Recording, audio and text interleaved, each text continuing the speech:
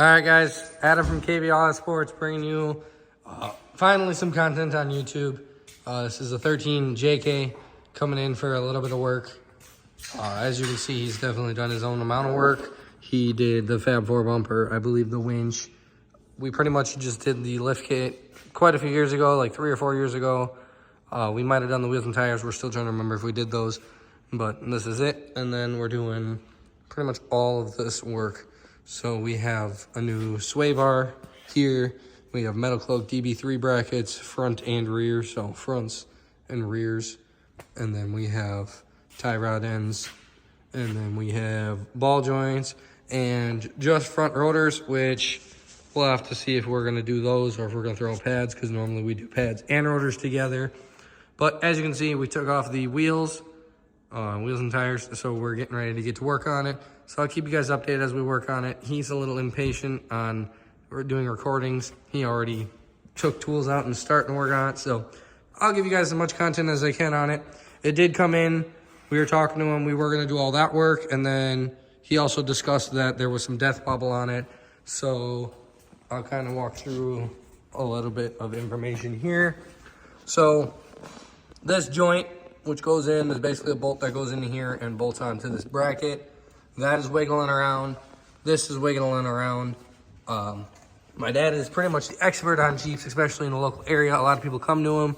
So I'm gonna throw him on this real quick and have him explain kind of how he diagnoses death wobble, because we fixed 3 or 4 of them here and we've never had a customer come back. So here he is.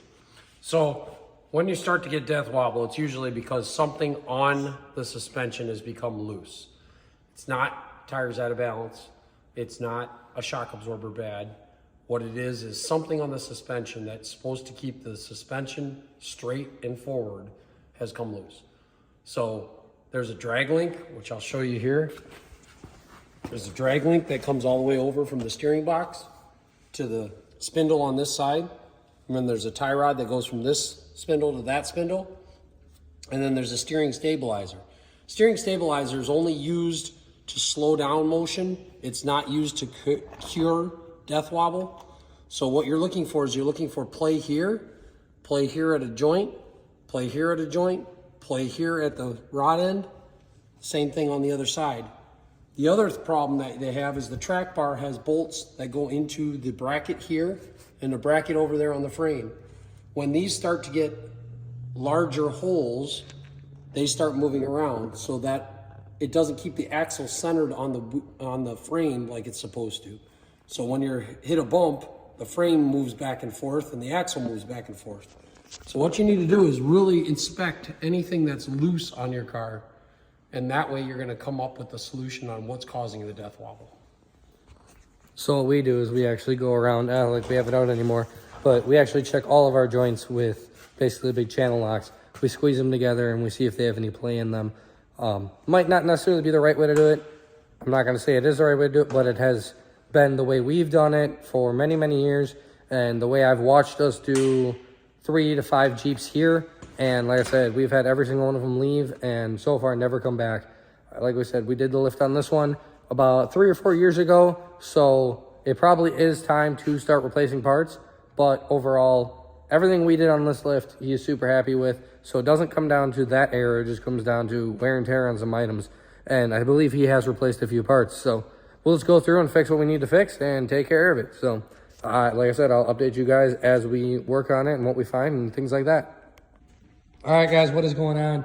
We have a 2013 Jeep JK Wrangler in the shop. It is getting a whole bunch of new front end work. It's also getting some what they call DB3 brackets from Metal Cloak, which go onto the control arms. But this thing is a mess. And I think that's the easiest way to say it. Obviously, we have the axles out.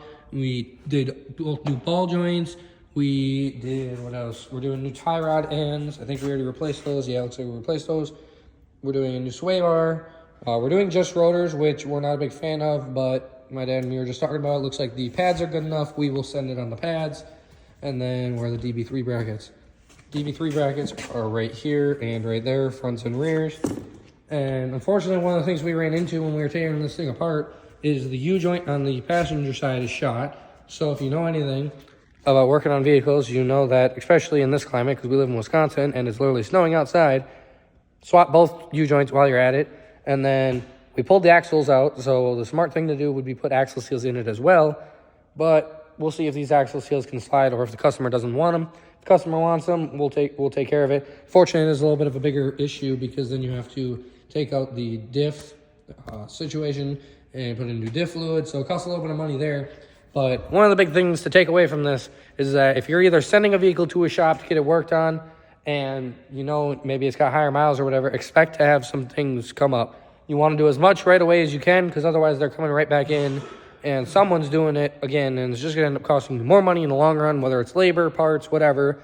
We were just talking about it. U-joints used to be like $12, maybe 15. Now they're $30 in 2022. Back in 2016, they were, like I said, 12 to 15 bucks. So prices are going up like crazy. This upcoming year, we've already got notifications that prices are going up again. So yes, things are going to get more expensive. And yes, things probably don't last as long as they used to in the 60s. But if you do a situation like right now and you replace everything while we already have it all torn apart, it saves you money on labor, which is at least something we can control. So don't get mad over something that none of us can control. I would rather have you driving something nice and neat and safe and good. This one, like I said, I don't know if I said it, but this one came in with death wobble. Kind of a new thing he was telling us about. So we're going to take care of it. We're going to get it situated, and we're going to get sent down on the road safely. If that means that we have to spend more money right now, well, that's what we got to do. So enjoy it and see it when it's done. All right, guys, so here it sits. If you guys have been following along the video, obviously you've seen that we had to take pretty much everything on the front end apart to replace U-joints, ball joints, all that sort of stuff. So we come back down here. We have the DB3 brackets on. So those were a little bit fun, you know, pain in the butt.